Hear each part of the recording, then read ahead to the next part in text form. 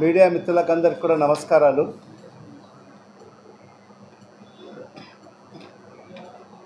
మరి ఇవాళ ఈ ప్రెస్ మీట్ యొక్క ముఖ్య ఉద్దేశం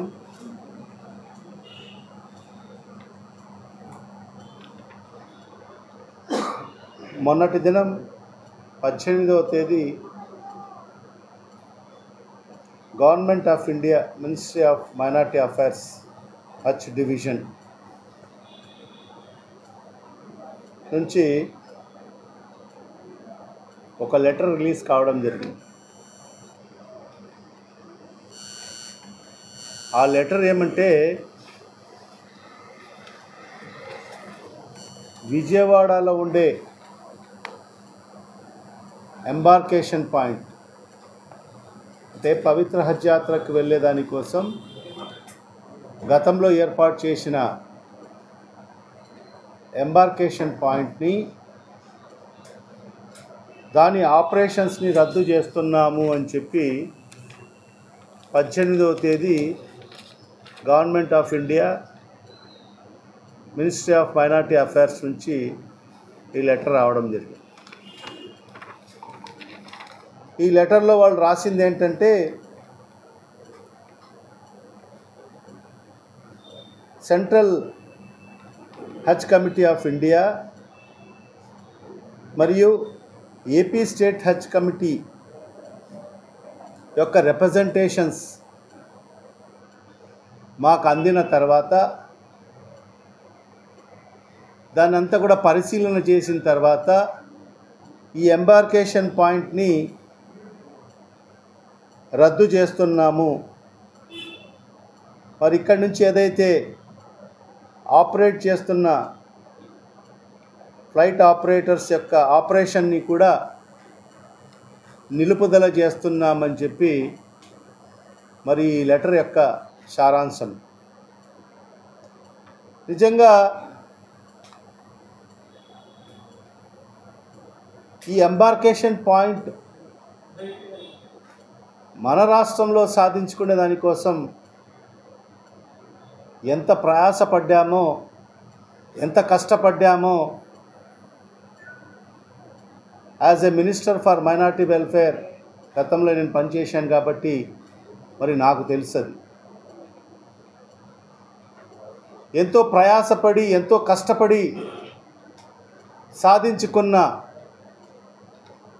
ఈ విజయవాడ ఎంబార్కేషన్ పాయింట్ని ఈరోజు ఈ కూటమి ప్రభుత్వం యొక్క నిర్లక్ష్యం వల్ల ఈరోజు ఈ ఎంబార్కేషన్ పాయింట్ని కోల్పోవాల్సిన పరిస్థితి ఏర్పడిందని చెప్పి కూడా ఈ సందర్భంగా ఈ రాష్ట్ర ప్రజలకందరికీ, మరీ ముఖ్యంగా ముస్లిం మైనార్టీ సోదర సోదరులందరికీ కూడా తెలియజేసుకుంటున్నాను.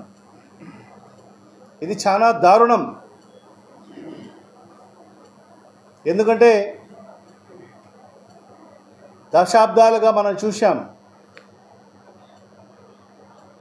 మన రాష్ట్రానికి సంబంధించిన హాజీలన్నీ కూడా ఇతర రాష్ట్రాల నుంచి మరి ఆ ఎంబార్కేషన్ పాయింట్ నుంచి వెళ్ళే పరిస్థితి ఉండేది. ఆ రోజు సమైక్య ఆంధ్ర రాష్ట్రంగా ఉన్నప్పుడు మనకు హైదరాబాద్ ఎంబార్కేషన్ పాయింట్గా ఉన్న పరిస్థితి మనందరికీ కూడా తెలిసిన విషయమే. మరి అక్కడి నుంచి పవిత్ర హజ్ యాత్రకు మరి ముస్లిం సోదర సోదరులందరూ కూడా మరి ఆ ఎంబార్కేషన్ పాయింట్ నుంచి వెళ్ళే పరిస్థితి ఉండేది.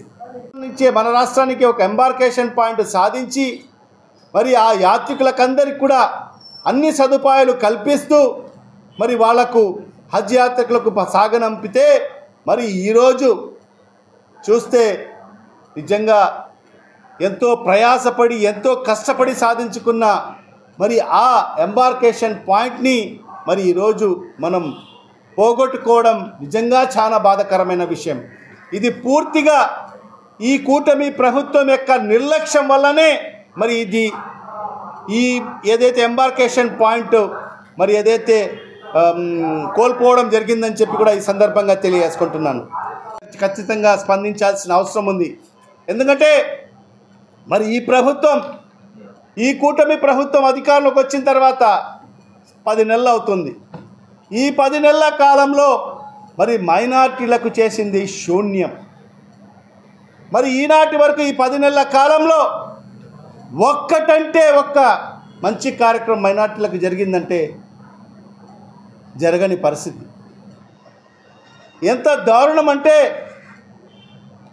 మసీదులలో పనిచేసే ఇమాములకు, మౌజన్లకు మరి ఈ నెలతో కలుపుకుంటే 12 నెలల బకాయిలు ఉన్నాయి.